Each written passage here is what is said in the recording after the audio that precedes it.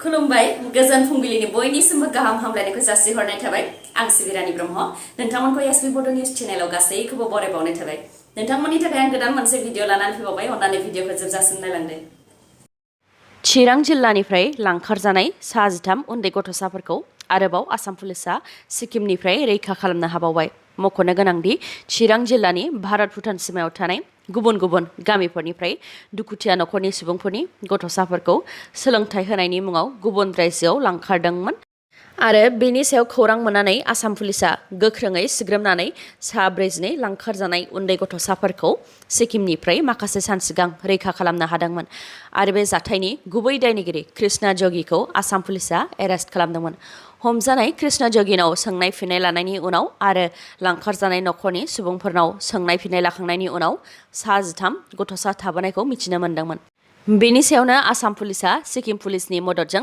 सिक्किमाव गामि गामि अपारेशन खालामदोंमोन आरो लांखारजानाय सा 13 गथ'साफोरखौ रैखा खालामनो हादों रैखा खालामनो हानाय सा 13 नि मादाव सा 6 हौवासा आरो सा 7 हिनजावसा बिसोरखौ दुथां कृष्णा जगिया गुबुननि न'फोरावसो खामानि मावग्रा महरै दोनहैदोंमोन आरो बिसोरनिफ्राय दुथां कृष्णा जगिया गोबां रां खामायोमोन होननानै पुलिसआ बुंथिदों रन्जन दैमारि बिथांखौ उदां अख्राङाव लाबोनो थाखाय मा खामानि मावदों मा खामानि मावाखै बेखौ इसोरनि सीसी केमेरायावसो नुनो मोनगोन बे खोथाखौ बुंथिदों बिटिसिनि गाहाय प्रमद बर' बिथाङा मख'नो गोनांदि बारग' एनडिएफबिनि गायसनगिरि रन्जन दैमारि बिथांनि बिनानाव अनजालि दैमारिया बुंथिदोंमोन दि रन्जन दैमारि बिथांनि केसआव बिथाङा थांनाय 13-14 बोसोरनिफ्रायनो खामानि मावबोगासिनो दङ नाथाय बे केसखौ लानानै प्रमद बर' बिथाङा अनजालि दैमारि आरो बे केसनि उखिलजों दिनैसिम सावरायलायाखै आरो रन्जन दैमारि बिथांखौ उदां खालामनो थाखाय प्रमद बर' बिथाङा गोख्रोङै खामानि मावाखै होननानै अजद दैखांदोंमोन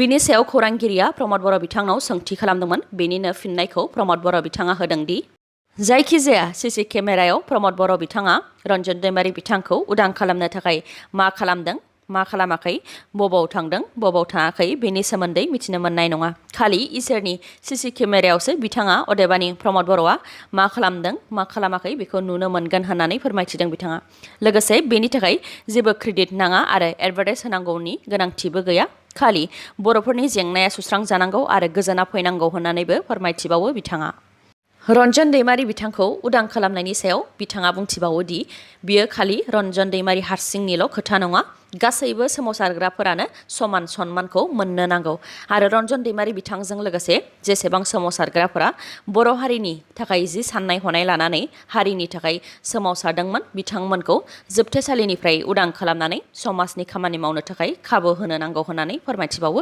प्रमद बर' बिथाङा आरो बिथांमोनखौ उदां खालामनो थाखाय आसामनि गिबि मन्त्रि आरो मिरु नखर मन्त्रि अमित शाह बिथांमोनजोंबो सावरायलायनाया जागासिनो दङ होननानै फोरमायथिबावो बिथाङा बेफोरनि अनगायैबो इउपिपिएल दोलोनिफ्राय सासे मन्त्रि मोनबावनायनि लामायाव मन्त्रिनि मुं फोसावजायोब्ला उदालगुरि बियाबनि एमएलए गबिन्द बसुमतारी बिथांनिनो मुं फैगोन मानोना बिथाङा सासे सिनियर सुबुं होननानै फोरमायथिदों आरो मन्त्रिनि फारिलाइयाव एमएलए लरेन्स इस्लारिनि मुं फैयैनि सायाव बिथाङा फोरमायथिदों दि बिथांमोनहा गोबां गोलाव सम दंबावो उननि समाव लासैनो जालांनो हागोन लोगोसे गरखा समाजनि दि भटार्सनि जेंनाया सुस्रांजानायखौ लानानै फोरमायथिबावदों दि बिथाङा गोलाव समनिफ्रायनो दि भटार्स एबा डाउटफुल भटार्सनि जेंनाया सुस्रांजानांगौ होननानै बुंथिबोखादोंमोन होननानै आसामनि मोनबा जिल्लाफोराव 36 घन्टानि थाखाय बन्द फोसावदों फैगौ 14 आगस्टनिफ्राय 36 घन्टानि थाखाय Dimasa national liberation army DNLA आ बन्द फोसावदों मोनबा जिल्लाफोरा जाहैबाय कार्बि आंलं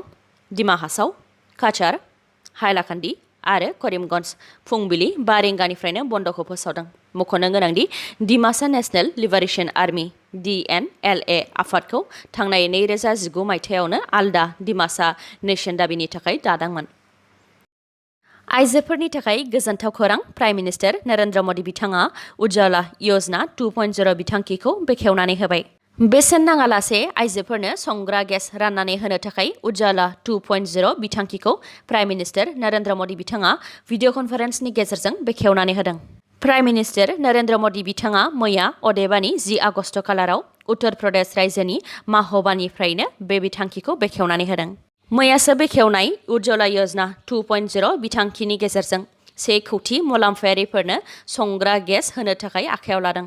उजाला 2.0 बिथांखिनि गेजेरजों गुबुन गुबुन मुलाम्फा मोननो हागोन, जेरै एलपिजि कानेक्सन, बेसेन लायालासे सिलिन्डाराव गेस सोनाय आरो गेस स्टप बेफोरखौबो मोननो हागोन। बेनि अनगायैबो थांनाय 2016 मायथाइनि 1 मे खालारावबो उत्तर प्रदेश रायजोनिफ्रायनो 5 कौटि बिपिएल आइजोफोरनो बेसेन नाङालासे संग्रा गेस राननानै होनो थाखाय उजाला बिथांखिखौ बेखेवजेनदोंमोन। उनाव बिपिएल आइजोफोरनि अनगायैबो गुबुन गुबुन खथानि आइजोफोर जेरै SC, ST, PMAY, most backward classes, साहा बागिसायाव मावग्रा आइजोफोर, हाग्रा ओनसोलाव थाग्राफोर बिथांमोननोबो बेसेन लायालासे एलपिजि गेस होनायाव 5 कौटिनिफ्राय 8 कौटिसिम जाहैदोंमोन। जांख्रिथायनि दैदेननायाव मैया सा 21 एनएलएफबिनि दैदेनगिरि आरो सोद्रोमाफोरा क'क्राझार जिल्लानि पर्बतजरा महकुमानि सिङाव थानाय सिंगिमारि गामिजों ओंखारबोबाय। क'क्राझारनि डिजिगनेटेड केम्पआव थानो गोनां एनएलएफबिनि सोद्रोमाफोरा हाग्रानिफ्राय ओंखारबोनाया बेनो जोबथा जाबाय। बेनि साननै सिगां सा 32 एनएलएफबिनि सोद्रोमाफोरा क'क्राझाराव ओंखारबोदोंमोन। 15 आगस्टनि उनाव अदालगुरिनि डिजिगनेटेड केम्पखौ सोरखारा थि खालामनानै होयोब्लानो अदालगुरिनि केम्पआव थानो थाखायबो थाबोनाय एनएलएफबिनि सोद्रोमाफोरा हाग्रानिफ्राय ओंखारबोगोन होननानै फोरमायथिदों एनएलएफबिनि दैदेनगिरिफोरा। बेनि अनगायैबो एनएलएफबिखौ गुबै लामायाव लाबोफिननो थाखाय पृथ्वीराज देबमेस आरो थुलुंगा बसुमतारी बिथांमोनहा गेजेरनि जानानै खामानि मावदोंमोन। मैया एनएलएफबिफोरा हाग्रानिफ्राय ओंखारबोनाय हाबाफारियाव पृथ्वीराज देबमेस बिथाङाबो बाहागो लादोंमोन। बिथाङा खौरांगिरिफोरनि सिगाङाव बुंथिदों दि एनएलएफबिनि दाबिया रन्जन दैमारि बिथांजों लोगोसे जोबथेसालियाव जोबथेनानै दोनजानाय गासै बारग' एनडिएफबिनि सोद्रोमाफोरखौ उदां खालामनाय, बिटिआरआव गामि सोसननाय, एनएलएफबि सोद्रोमाफोरनि जिउ खुंनायनि राहा खालामनानै होनाय बेफोरो गुबै दाबिनि अनगायैबो माखासे दाबिफोर। बेनि अनगायैबो पृथ्वीराज देबमेस बिथाङा फोरमायथिबावदों दि थांनाय 24 जुलाइआव गुवाहाटीनि स्टाफ एडमिनिस्ट्रेटिभ कलेजाव डक्टर हेमन्त बिश्व शर्मा आरो एनएलएफबिनि गेजेराव जि सावरायलायनाय जादोंमोन। बेयाव डक्टर हेमन्त बिश्व शर्मा बिथाङा एनएलएफबिनि थाखाय खामानि मावनो खोथा होदों आरो गासैबो एनएलएफबिनि सोद्रोमाफोरखौ गोजोननि थाखाय ओंखारबोनो खावलायदों। बेनि उनाव गिबिसिन खामानियानो बिथांमोननि जिउ खुंनायनि राहा खालामनानै होनाय जागोन आरो जायफोर ओंखारबोखाबाय बिथांमोननि मुङा रिहेबिलिटेसन होनायनि थाखाय लिस्टेड जाखाबाय होननानैबो फोरमायथिबावो बिथाङा। गुवाहाटी नोगोराव ससियेल मिडियानि गेजेरजों देहा फालांगि खालामग्रा रेकेटनि 3 सुबुंखौ गुवाहाटी पुलिसनि क्राइम ब्रान्चआ हमदों। रायजोआव दासान्दि आयेन बेरेखा फेग्रा मुवा बेसाद आरो आयेन बेरेखा खामानिफोरनि सायाव आसाम पुलिसआ गोख्रोङै खामानि मावगासिनो दङ।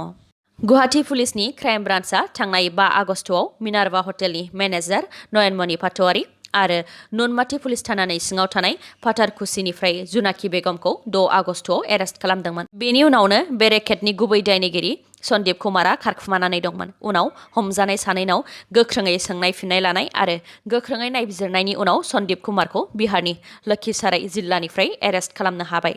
गुवाहाटी पुलिसनि ससियेल मिडिया सेलआ माखासे टुइटार हेन्डेल आरो वेबसाइटफोरखौ गोख्रोङै सिग्रोमनानै गुवाहाटी आरो आसामनि गुबुन गुबुन टाउन आरो गुबुन रायजो जेरै बिहार, दिल्ली, महाराष्ट्र बेफोरनि सुबुंफोरजोंबो सोमोन्दो थानायखौ हमनो हादोंमोन। बेनि उनावनो अनलाइननि गेजेरजों देहा फालांगि खालामग्रा रेकेटखौ गुवाहाटी पुलिसनि क्राइम ब्रान्चआ हमनो हादों।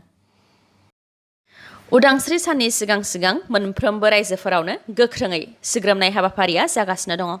मणिपुरनि भारत म्यानमार सिमा खाथियाव आसाम राइफल आरो मणिपुर पुलिसआ इन्टेलिजेन्स रिपर्टनि सायाव बिथा खालामनानै अपारेशन खालामदोंमोन, जेराव गोबां बिबांनि हाथियारफोर हमनो हादों।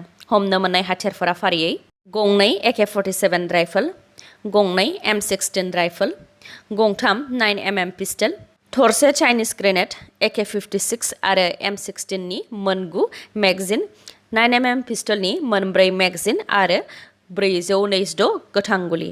बेफोर हाथियारफोरखौ मणिपुरनि टेंगनावपाल जिल्लानि मरे टाउननि गंसे न'आव मोननाय जादों आरो बे हमनो मोननाय हाथियारफोरखौ मरे पुलिसनि आखायाव दा गथायनानै होनाय जाबाय।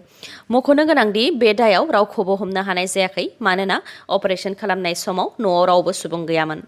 बेनि अनगायैबो उदांस्रि साननि सिगांनो शिलंनि लाइथुमख्रानि हाथायावबो आईडी बेफ्रुदों, जायजों 2 सुबुङा जोखोम जादों। बे बम बेफ्रुहोनाय जाथायखौ Hynniewtrep National Liberation Council HNLC आफादा मावदों होननानै सिमान लादों आरो मोनसे खौरांगिरि मेलनि गेजेरजों 14 आगस्टआव 24 घन्टानि थाखाय काशी जयन्तिया हिल्सखौ बन्द' फोसावदों। रेल सेटिनखौ बारस'नो नाजानायावनो रेलगारिजों एक्सिडेन्ट जायजों सासे सुबुंनि जिउ खहा जादों।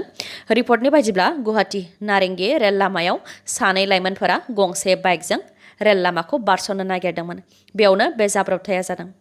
गंसे रेलगारिया खारलांखांनाय लोगो लोगोनो बिथांमोनहा बाइकजों रेल लाइनखौ बारस'नो नाजादोंमोन। बेयावनो लोगो लोगोनो गुबुन गंसे रेल फैनानै होनायाव बिथांमोनहा बारस्लाबनो हायाखै। जाहोनाव बे जाथाया जानो मोन्दों। आरो बे जाथायजों सासे लाइमोना जायगायावनो जिउ खहा जादों आरो सासे लाइमोना गोब्राब जोखोम जादों।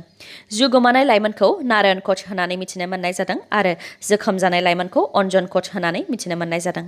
जोखोम जानाय अन्जन कचखौ उनाव फाहामथायनि थाखाय गुवाहाटी मेडिकेल कलेज एन्ड हस्पिटालसिम लानानै थांनाय जादों होननानै मिथिनो मोननाय जादों।